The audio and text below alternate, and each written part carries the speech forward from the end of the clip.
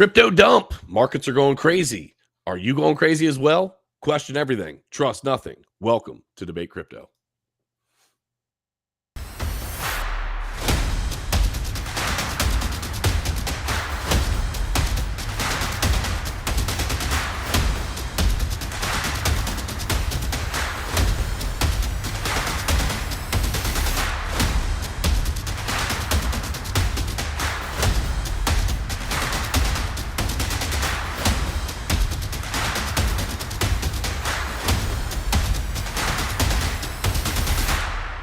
It's your boy, CryptoKeeper, and we are here for another episode of Magic Money Monday, where we dive into the alts with the best in the TA space. We've got your boy, Evan Aldo, in the house. Evan, what's going on, bro? Great to be on, enjoying the volatility. I usually don't trade on weekends, but I put in a short yesterday that I'm happy about.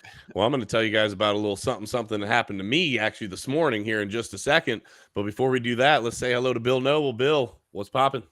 Hi, thanks for having me. Good to be here. Glad that you are here, gentlemen. The volatility has been a lot of traders' friends. I will tell you, it was not keepers' friends this morning. I had a trade in from probably a week and a half ago, leveraged 20x. It was a long. I was up a nice little bit when we had the little run up last week. I got some advice from somebody. Hey, throttle up I didn't have a stop set, and I was on purpose originally.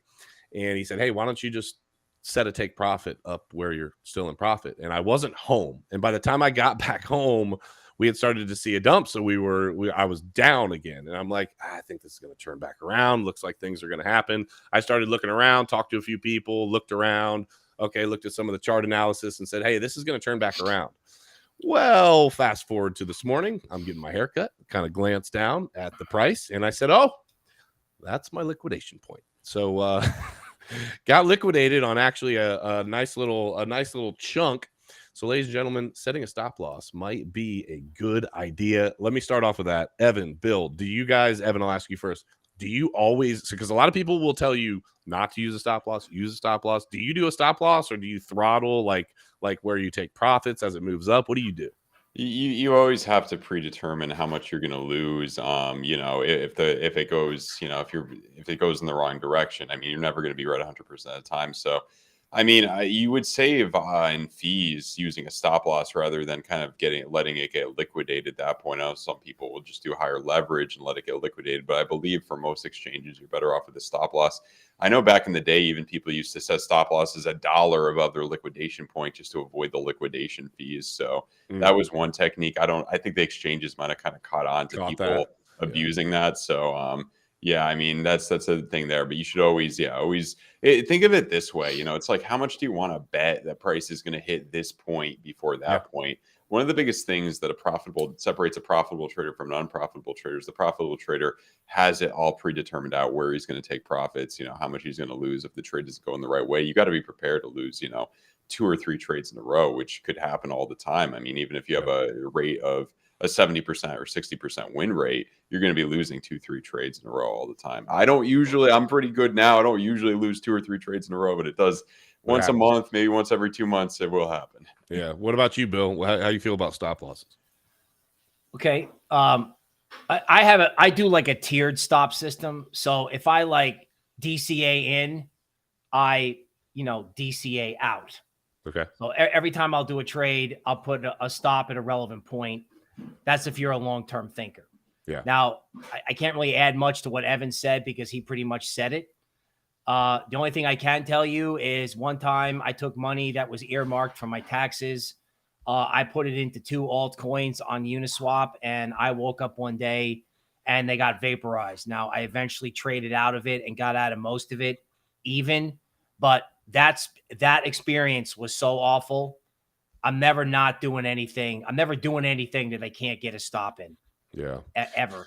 Well, I'm feeling the pain a little bit. Thankfully, it's a lesson that I'm going to still live through, and baby's still going to be fed, and we're okay. Mortgage is going to get paid, but I'm feeling the pain this morning. So, ladies and gentlemen, make sure you've got some sort of risk management set because it's not fun to get liquidated. Let me jump into the chat real quick before we check out the markets. Say hello. Let's see who's first today. Justin Eubanks. He says, "Yo, debate crypto. buy more and hodl, and that's in response to what are you thinking about the big dump? We're going to talk about that today. Green Day Profits, Brian Overholzer, what's going on? Kenton, good to see you, brother. As always, Jeff Plyer, Puddles, and Crypto Billy in the house. What's up, Billy? Good to see you. And then also FU, not meaning FU to all the people. That's just his name. All right, let's check in. Let's check in on the markets. Let's see where we're at. I think most people probably know it's not looking good, but let's peek at it. We have got the global crypto market cap at 1.09 trillion with a T dollars. We're still in the trillions. That's good. Down 5.17%. Ooh, Bitcoin did not hold that 27, and in fact, didn't hold 26. So we're at 25,524 and actively dropping. It looks like we're down almost 8% on the week and 6.17% of that just today. ETH hanging on to that 1,800 number. Possibly we're down 5.14%. And you guys know the story. BNB's down below $300 at $275. That's down almost 10%. But I think that's in response to the Binance information we might touch on today. It looks like they might be having some issues with the SEC. And then XRP down about 6.5%, Cardano down 8.5%, Dogecoin down 9%. Everything is getting slaughtered. Solana down over 10%. The markets are looking ugly. So that's kind of where we're at overall. Make sure you follow these creators. Make sure you follow Evan. Make sure you follow Bill Nova. They're doing good work for you. They've got great channels themselves. They bring a lot of value to the space. So make sure that you click their link down below. And then as always, turn on the bell notification. That's an important way for you guys to just, hey, know something's going on. All right, let's kick into it. Bill, give me an overview. We always kind of start off with what's happening on the other side of the street, which would be stocks, bonds, equities, DXY, things of that nature. We've got a big dump that just happened. Do any of these, does this dump have anything to do, or should I say, anything happening in stocks, bonds, equities, DXY have anything to do with today's meltdown? Sure. Actually, there's something going on in legacy that we've been talking about that has exacerbated or will exacerbate this meltdown. Okay. This simple Bloomberg story did me a favor because they explained it quite clearly. The Treasury's got to borrow $1 trillion. Yep. They're going to suck $1 trillion out of the system. Okay. That's not particularly good for any speculative asset like altcoins. Okay. Right. So if altcoins are under pressure because people got to get everything off Binance or there's like a panic, all right, it's exacerbated by these conditions. Bigger picture, I think people in legacy are so enamored with tech stocks, right?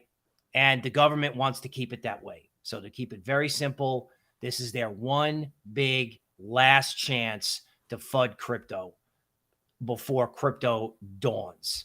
So sell in May, go away. Remember that. Let it go on Memorial Day and walk out. Come back July 4th. Hey, it's happening, right? Let me ask you this, Bill. A lot of people were speculating this $1 trillion was going to be liquidity effectively being pumped into the markets and that it would be bullish. Explain to me why that doesn't seem to be the case. It seems almost like it's been flipped on its head. Right. Well, the debt ceiling problem implied that the Treasury couldn't borrow. So now that the debt ceiling has been lifted, they can go in and borrow. That means they give bonds to the financial system, assuming they can find people to take them, that they will. And then they suck $1 trillion out of the system. Now, all right. So, some people might think, oh, the Fed's going to print all that for them. It doesn't really work that way unless there's a crisis. Right. Remember how people thought the Chinese liquidity was coming in June? Yeah. Not a coincidence. The SEC acts. Right. I mean, Binance is headquartered in a foreign land. How far is the SEC going to get? Again, they're trying to FUD crypto and they waited for tight financial conditions because if I know this, the journalism major at Bloomberg knows about this. They know about this. That's a really good point. That's well explained. I appreciate that, Bill. So, Evan, what are we seeing as it relates to Bitcoin? Obviously, the dump is happening. We know that Bitcoin paves the way for the rest of the markets. What kind of response are we going to see in response? What kind of response do you expect to see from altcoins as a result. So kind of give me a little thought on Bitcoin, show me what's going on there, and then what do we expect to see from alts as a result? I got a lot of stuff to show you on the charts. Cool. I think alts are going to continue to kind of get decimated here. Let me just show you like first kind of my estimate on what we're going to see over. And if you just look at this is pretty incredible just how history repeats itself. I mean, this was this bear market in 2015, a nice double bottom there. This was this bear market, 2018 all the way to 2020, really nice double bottom there. And I think it looks like we're going to repeat something kind of that nature coming down. And if you look at kind of where we are, right now you rallied up in 2019 and then you got to your kind of summer and then you lost some steam, you came down. During this area, alts bled, during this whole area, most of this rally up, alts bled against Bitcoin. They continued to bleed against Bitcoin kind of until later 2019. That's when a lot of them bottomed out against Bitcoin, which I don't see any reason to believe it's going to be much different this time. I think later this year, that's when you'll see a lot of the alts bottom out against Bitcoin. My estimate is that, well, right now, the first thing I want to show you is the 200 weekly moving average. It's at about 26.3. We are below it. I think it's pretty bearish that we're losing it. I mean, when you lost it here and then retested it there, look what happened. You had this drop down until you saw a bottom in, obviously, November. We know what happened there. I think you might be able to repeat that. I think 18K, like high teens, if you make a higher high, similar to here, you made a higher high, similar to there, you made a higher high. I think that's a good shot. And, 18 or something. I think, you have your 400 weekly moving average, which is, we usually have always bottomed out at a major weekly moving average. This time we didn't hit any major weekly moving average. My estimate is if we're going to bottom out at a major weekly moving average, it's going to be your 400 right here. But I'm thinking best case scenario, maybe, just maybe your 300 weekly moving average, which would be at around 21 by the time we hit it, 20 to 21. I think regardless of what happens, 20 is going to be the big place to get into altcoins. And let me show you right now kind of where I'm looking to start getting into altcoins, because we all know that the most money is going to be made in the next bull run, life-changing money potentially with altcoins. Bitcoin, you can make some money, but you're not going to get no 10x probably.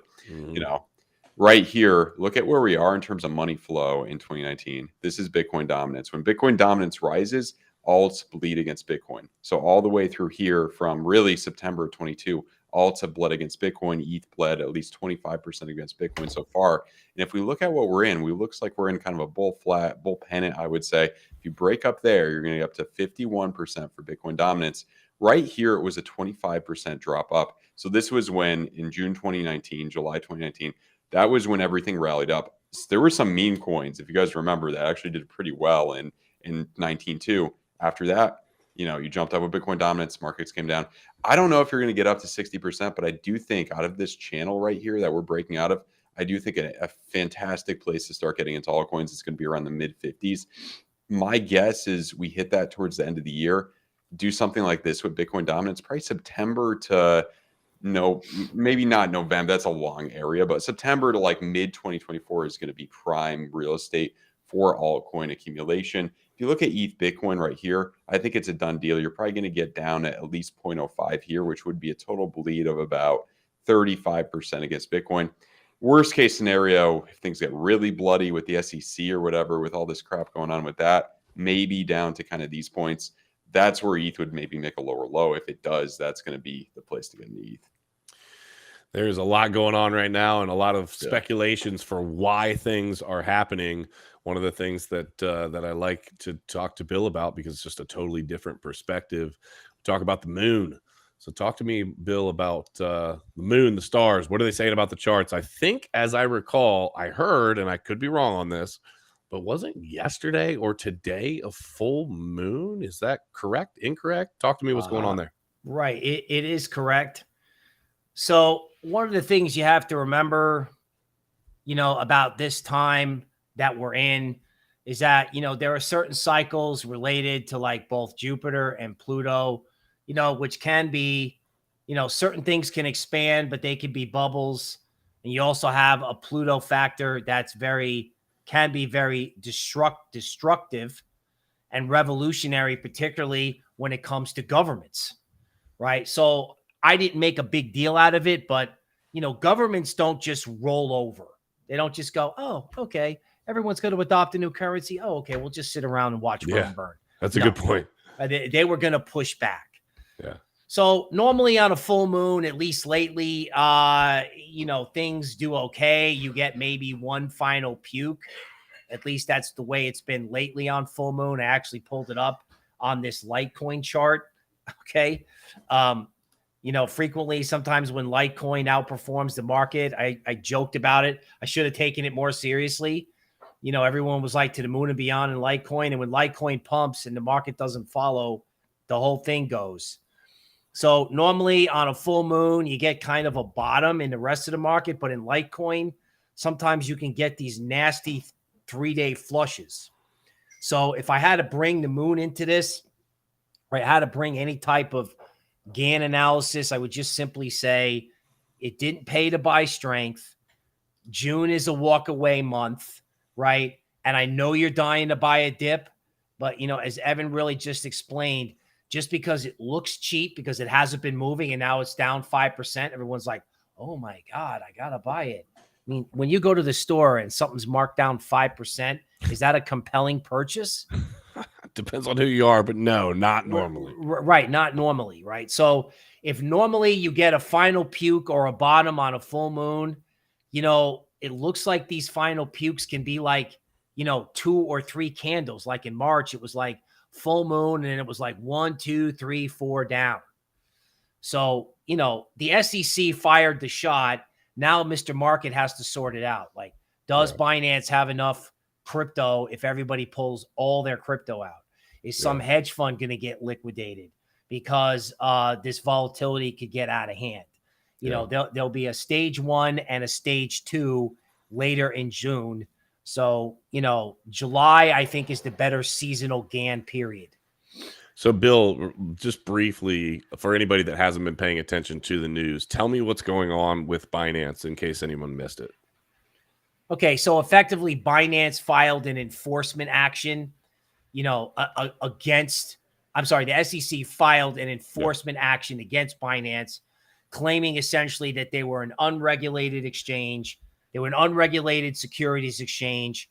They were commingling customer funds, right? And essentially it was, FTX. Now, the way I describe this to people is, the government is saying things about Binance. They were at the negotiating table with Binance per Binance's blog, and then they just flew off the handle and went after them. So the way I would describe it is they're accusing Binance of being FTX. So they missed FTX, right? And now this is what happened in 2008. The bad people blew up and then they took it out on everybody else. And CZ's an easy target. So they're accusing CZ of doing a lot of the things that, other companies did that blew up. And most likely what's going to wind up happening is there'll be a panic to get all your crypto off Binance. And then Binance will probably settle with the SEC in some fashion, right? But it feels so, being a crypto bull long term and seeing all of this and knowing what's happening in the background, knowing that our government is the largest holder of Bitcoin, knowing that the same people that are attacking the crypto markets are also holding and investing and leveraging and setting themselves up to be in a good position with crypto freaking sucks. It feels just like, I don't even know what a good comparison to it would be, but it feels very much like it's just straight up deception. We say question everything, trust nothing here at Debate Crypto, right? That's our whole thing. Why? Well, we say that because you cannot just take things at face value. 2023, we can't decide which way is up. You better put the financial markets in there as well, because they are doing anything and everything they can to manipulate you, the investor. They are doing anything they can to manipulate these businesses, and they need money right now. We just had to raise the debt ceiling, just like Bill said. There's $1 trillion that's got to come from somewhere. And so if they can pull a couple $100 million here, $1 billion there, tie some people up in a lawsuit, get people to scare away from crypto and back into the US dollar, there is a lot of financial play at hand. And I don't know. It might be, and this is my thought process.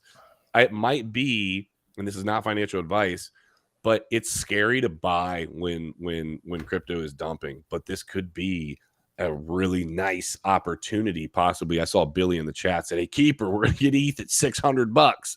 I mean, candidly, I'd love to see it at $600, Billy. I don't know that we're going to see it at 600, but ultimately, what would that be? I look at that as an opportunity. Evan, I see you smiling. What are you grinning at over there? No, I was just saying, I think it's because I mentioned kind of that's my worst case scenario, potentially 600 with the SEC stuff. I think that's why Crypto Billy was saying that. But yeah, I mean, look, I mean, you could talk about this stuff. Like, I agree with everything you just said, like 100% in terms of this. But you could look at it on one way where, oh man, this sucks. It's going down because of this, or it's a trap or whatever. Or you could just look at history and see. I mean, this is pretty similar to kind of what happened in 2019. You came up for the first half of the year, and then you came down, into early 2020 for that double bottom. Yeah. It looks like we're going to kind of repeat history in that sense. And I think, altcoins bled like hell against, Bitcoin in the second half of 2019 for, it could be a different reason this time. The reason this time is because all the regulatory FUD. I think you may get, what I'm thinking is, like I said, September, October for a potential double bottom for this market. After that, I'm thinking some type of like Santa rally. Maybe you'll have more regulation passed. There's going to be less fear with getting into altcoins. And then we're going to come up into the halvening, because I think there's going to definitely be some rally into the halvening, the Bitcoin halvening in March. After that, my guess, I know it's a lot of predictions, how could you be right about this? But I've been looking at a lot of the history here. After that, I think we're in a dump after the halvening for the sell the news. And then all of this period, like, we're in an apathy stage right now. Like, not that many people care about crypto. Like, people are very apathetic about it. And I think that's going to last until probably mid 2024. After that last kind of dump down after the halvening, maybe back to 20K or something. If we come up to 40K with the halvening, after 20K there, that's where parabolic, and that's where potentially those 20X, those 30X altcoin gains can be made. The most important thing here is just to not just throw all your money in at once. It's a DCA strategy. Yes. I haven't even started DCAing it to ETH yet. It's all Bitcoin. And I'm planning on converting my Bitcoin over to Ethereum. I may put on my full out degenerate hat towards September, October, convert all my Bitcoin over to Ethereum, because let's be real. Are we going to get a 10X with Bitcoin? Most of us probably don't think Bitcoin's going to hit 300K within the next 2-3 years. That's more of like a 2030 type thing, most likely, in today's money, in today's buying power. Maybe if you factor in crazy inflation, sure, but in today's buying power. But that 10X potentially, if you want to get that 10X, you're going to better pray ETH goes down to 1,000, or better pray ETH goes down to 800, so you can get up to 8,000, get that 10X there. Well, and the other thing that we need to keep in mind is coinciding with the Bitcoin halvening is an election year. We talk about politics a decent little bit that everybody hates, or YouTube hates because I'm conservative. Like, they don't like what I have to say about anything. But the reality is, election years are generally bullish for markets. Why is that? Because everybody wants to look good. Everybody wants to show that they have strength and the ability to make decisions in our financial that benefit our financial markets. So I think we have an interesting play coming up as that happens, and we've seen it happen before, where we get some big freaking moves as a result of, whether it's a result of that, whether it's the happening, whether it's a combination of the two. And Evan, I think it's an interesting idea, because you're right. You are going to see more potential gains off of an asset that has a smaller market cap. Right. Where people can get in trouble, though, is they put on for real their degen hat, and all of a sudden they drop out of Bitcoin and dump into something that's like actually like small, not ETH, and say, well, I'm getting my 100X. It's going to be, and ultimately difference the reality between buying is, it is ETH a and buying long-term Pepe. thing. Yes, huge difference. So speaking of buying Pepe, Evan, talk to me about what we're here talking about alts. We're talking about the markets as a whole, but it's Magic Money Monday, so we try to focus more on alts. Is there any alts in particular that you're looking at right now? What do the charts look like on it? Why do you have your eyes on them? Anything in particular? So I want to show you one of my favorites right now. And I'm not even, I'll show you it against Bitcoin first, Atom Bitcoin, because obviously, if it can't outperform Bitcoin, then what's the point? This is bled against Bitcoin since September of 22. It's bled about 56%. Look at this big point, this big kind of line where Atom typically bounces against Bitcoin. I'm thinking we could get a nice double bottom if you bleed about another 20%, maybe 30% against Bitcoin over here into the next couple months, August, September, potentially getting into Atom. And if I look at the Atom chart here, let me show you what I think could potentially happen. Doesn't look good at the moment. Money flow coming deeper on this 2-week. I think you're going to see somewhat of a double bottom around $5, $6 or something. Probably, especially if Bitcoin goes to 18K, 17K, something around there. I think Adam's going to see this area again. But the potentials here are huge, because if you could buy this at like an average buy-in, even like let's say $6, if you get it at $6, I think it's got a hell of a good shot of getting up to around $100 next bull run. That's a beautiful 15x right there. I think the same could be said about Chainlink. The same could be said around the ones with the market cap similar to Adam. Chainlink I like a lot. Keep in mind, guys, you want to keep in mind the ones that people aren't talking about too much, like ones that people won't shut up about, like Solana, like BNB, like XRP, even Cardano. Like those ones, you'll probably get a good gain, but to get big gains, look into some that people are quiet about, like Adam, Chainlink right now. That's the ones I'm focused on. It kind of seems like sometimes these are projects that we all know about if we've been involved in crypto, but it seems like they come out of left field. And when we talk about diversification in the crypto space, I think for me, it's always been, okay, projects that I like, projects that I believe in, projects that have utility, projects that I think have a long-term future, problem solving. But then the diversification in what are the different problems that are being solved, diversifying in that manner, because it kind of feels like it goes in cycles as to what pumps, why they're pumping, what's hot in the news, etc. So speaking of that, Bill, is there anything in particular? Is there a sector in the crypto space that you're kind of paying attention to right now? As it relates to just crypto as a whole, a specific sector or sectors? Okay, I think transaction speed matters. Okay. So, I did bring up Litecoin. If you're interested in a level where I'm interested in these things, like if Litecoin went to the 62% retracement at like $65, that would be a sign that maybe this is really going to hold on. Now, the other thing that I'm just starting to track, the other narrative for the next cycle, like I work at a commodities on the blockchain shop. Our CTO is a YouTube guy, Mind Your Biz. He's big on privacy. Yeah. Right. So this is Monero. Let me see if I can get Monero up on the DeMark work.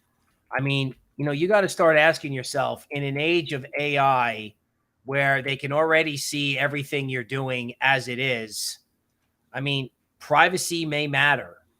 Now, you may have one more down week in Monero. I can't necessarily find a great support point here. Okay. But say $61, right, was where this whole rally started from. I mean, look, if Evan's right, all right, if you got ETH at 600, okay, the only way it gets down there is if buying power evaporates because Americans are afraid that they can't buy crypto or they'll get in trouble if they do it. You got to think about what the world looks like with ETH at much lower prices. When it comes to privacy, again, privacy, commodities, this type of utility, everyone's talking about, like Terminator movies and the AI wiping out humanity. Okay, well, between now and then, right, how are you doing transactions in the metaverse? Do you want everyone seeing everything you're doing? If you pay your taxes, privacy may not be for pirates, right? I liked Zcash, and I don't mind saying it. Some things I got right. This did not perform the way I thought it was going to. It never rallied on the way up. I mean, it's actually making a new low, which of course is probably not a good sign, but this is to the extent which people have given up on privacy. Yeah, I think that people are getting used to being pushed around. I think that it gets more and more of they're normalizing the ability to just tell you what you can do, when you can do it, how you can do it. And I think people are more and more after the events of 2020, after being told you got to cover your face, after being told you got to put this crap in your body, after being told all of these things that the government effectively couldn't actually enforce, but they sure as hell tried to enforce. I think people are more and more getting, and I hate to say it, but comfortable with the idea, well, that's just how it is. And I think that's a scary place to be. We live in the United States where we say that we have freedom. Well, do we? I mean, there's a guy that I talked to at the gym that works for Chase. And I was talking to him. I'm like, hey, why are you not diversified into crypto? And he said, I'm not allowed. And I said, what do you mean? And he was like, I'm not allowed to hold crypto. And I'm like, what do you mean you're not allowed? And he said, legitimately, if I'm caught holding crypto in my personal investments, I will get fired from my job as a what, I don't know what his technical title is, but he's a broker of some sort for Chase Bank. And I said, wait a minute. You do know that Jamie Dimon is in on Bitcoin. You do know that he lied to everyone when he told you, get out, I'll fire every one of you, and then he's buying in. And he's like, yeah, well, it's just kind of how the way it is. It kind of just comes with no. And I think people are getting there with the government. So I agree with you, Bill. It doesn't need to be a freaking pirate. You don't have, it's just like with Tornado Cash. It just because people want to be able to obfuscate a transaction does not mean that you're freaking selling drugs. It doesn't mean that you're doing something terrible. It doesn't mean you're scamming people. It just means maybe I don't want everybody to know everything that I'm doing. If I asked you guys right now, hey, will you pull up your bank account statement real quick for me? You can cover the account number, but can I see it on the stream? Can everybody see your bank? Listen, even if you weren't shy about the money you have or don't have, that's just like a private thing. So why can we not have private transactions as it relates to crypto as well? And I think the main reason is very simple. The government realizes, hey, if we give them actual privacy, then we have a hard time taxing it. And then the question then becomes, well, wait a minute. The biggest problem ever as it relates to taxable income and money laundering is the freaking US dollar, what you're trying to push so hard. So there's always this push back and forth, and this narrative doesn't line up. That's why we always press people. Use your brain. These things don't line up. Period. End stop. Hey guys, make sure we got 87 people in here. Hopefully everybody's doing well. Hope you guys are having a great Magic Money Monday. Make sure to smash that like if you haven't already. I'm going to guess we don't have 87 likes, but we need to get there. And we need 87 new subs to all of the different channels on here. If you haven't already subbed to Evan Aldo or Bill Noble or Debate Crypto, make sure that you guys do that and turn on the bell notifications. All right, so 100. Say that again. 100 likes. 100 likes with 88 people. Let's get it. People come in and out. Why not? Yeah. I'm with it. Let's get it. Evan, so question. The meme thing has been super hot. We've talked about it a lot. We're talking about alts. Is meme season over? I see a lot of bleeding happening. Is that just because of what the market's doing right now? Or do you think that the meme coin season might be over? I think it's a 99% chance that the meme season is over. I just want to show you what I've been talking about a while here for, Let me just go on my chart. Remember when Doge peaked out, or Doge was the craze? Look what happened right here. Dropped down, memes got destroyed, 47%. Shiba was the craze right here. Look at that. That was a 50%. There were meme coins that did incredibly well over here. Like, meme coins are not a new thing. If you guys are not familiar, there was a BBQ barbecue token way back when or something. There was pot coin back in 2017. I don't know if people remember these ones, but meme coins have been around a lot longer than people have known. And if we look at the Pepe chart here, let me just show you, because I'm actually really proud of this. I called the top on this, and it was nothing too difficult with basic strategy here. We're making a lower low with the momentum waves here. Money flow is starting to come out on market cipher B. This was how I caught the top on, I think Jason Casper actually showed me this, but this is how we caught the top on Shiba as well back in late 2021. Look at that, making a higher high. As soon as that was confirmed, bam. I mean, that's a trade you could hold in for you could probably ride this all the way down to, I mean, it's going to be slower now. It's probably going to look like kind of what Shiba did. It's going to take time, but you're probably inevitably going to get back down to these areas. I mean, I just want to see from here to, oh yeah, that's only 93. Yeah, easily down to kind of this area in the next couple months or something. Probably could take longer. I would see, my expectation would be August, September, of down to kind of these areas. I also wanted to show you guys Doge, because the thing with Doge is, like, when you're in the apathy market, we know a lot of people have Doge. Like, a lot of what's brought this up was the fact that it's on Robinhood, and a lot of these, maybe college kids, fraternity brothers, all the cool kids that have been holding Doge, they're getting ready to graduate college. They got to get into the real world pretty soon. You're losing this level. You got a technical target, out of this wedge. Let's see. Yeah. Out of this wedge, maybe down here at 2 cents or something. This could have a slow, nice bleed down into October or something here. Like, I'm not. I mean, Elon sure could try to pump it up a little bit, but when people are apathetic, when people like we know a lot of people bought this at the exact high. I mean, people listening to this, I know who you are. You bought this at 74 cents. You're waiting for this to come back, but then you, and it's a lot of people that you're going to be looking at your Robinhood account. We're going to be in the recession. You're going to sell because you have to sell, not because you want to sell Dogecoin. You have to sell Doge. Yeah, no doubt, dude. I've talked about it 100 times. I 100x'd on Dogecoin but albeit I just had $11 of dust in a wallet, so it was like 110x. I made like $1,200, and it's like I think that's the only true 100x off just a random coin that I've had, and of course it was freaking $11. You know what I mean? I couldn't actually put some real money into it, but ultimately you're right, dude. And I think that. I don't know that I think it's totally over. I think there's going to be outliers. There's always going to be something that's hot, something that's pumping. But I think that if the market continues to do what we're seeing right now, there's just no way. It's the most speculative thing ever. And if Bitcoin can't even hold steady, I think things got so boring, in my estimation. Things got so boring that was a place where people could say, okay, things are steady, things are boring over here. Let me just pull a little piece. Let me step over into the casino a little bit and roll some dice. So I had some fun with it, made some money with it, whatever the case may be.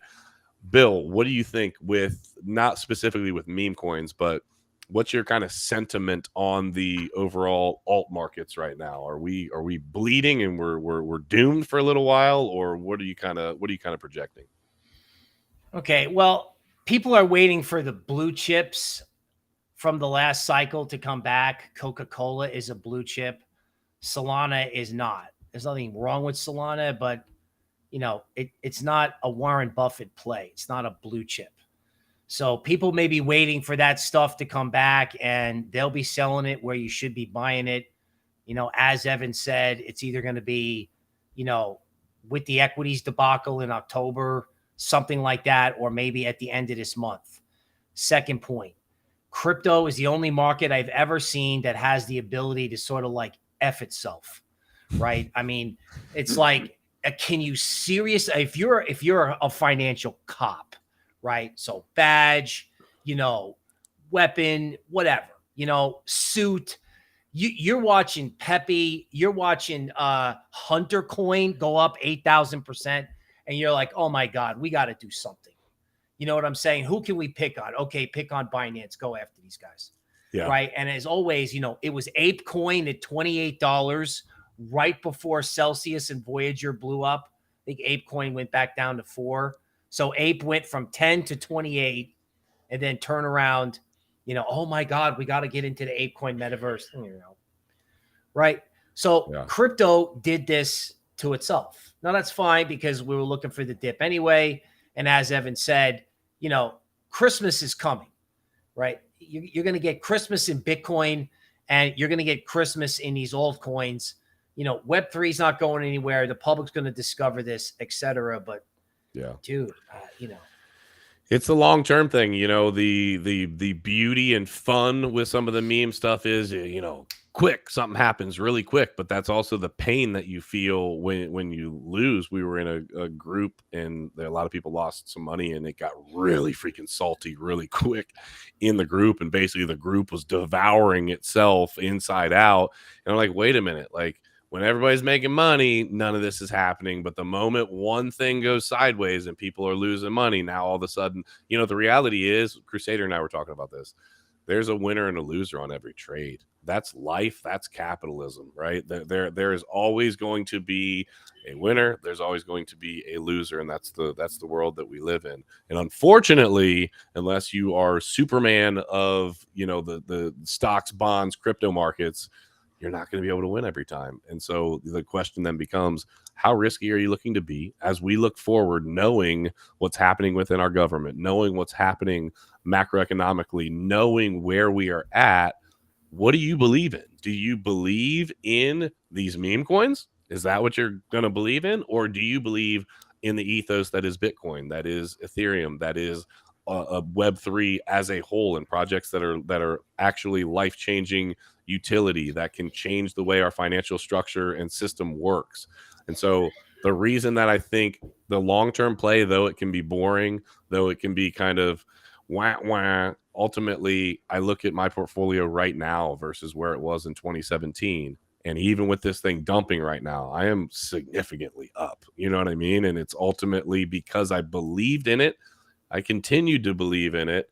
And I don't see anything fundamentally that's changed about crypto. The only thing that's changing on a daily basis is who the SEC is going after, who they're trying to FUD, what exchange is dropping. But the reality is self-custody, privacy side of things, question everything, trust nothing. All of that plays into everything that we do in the crypto space. So crypto fam, we love you guys. Evan, Bill, thank you as always for coming on. You guys are fantastic. Again, crypto fam, make sure to follow these two creators. Make sure that you guys have the bell notifications on. Smash the like before you head out of here. And just remember to question everything, trust nothing. And until next time, hodl like it's hot. We will see you soon. Thanks, gents. Peace.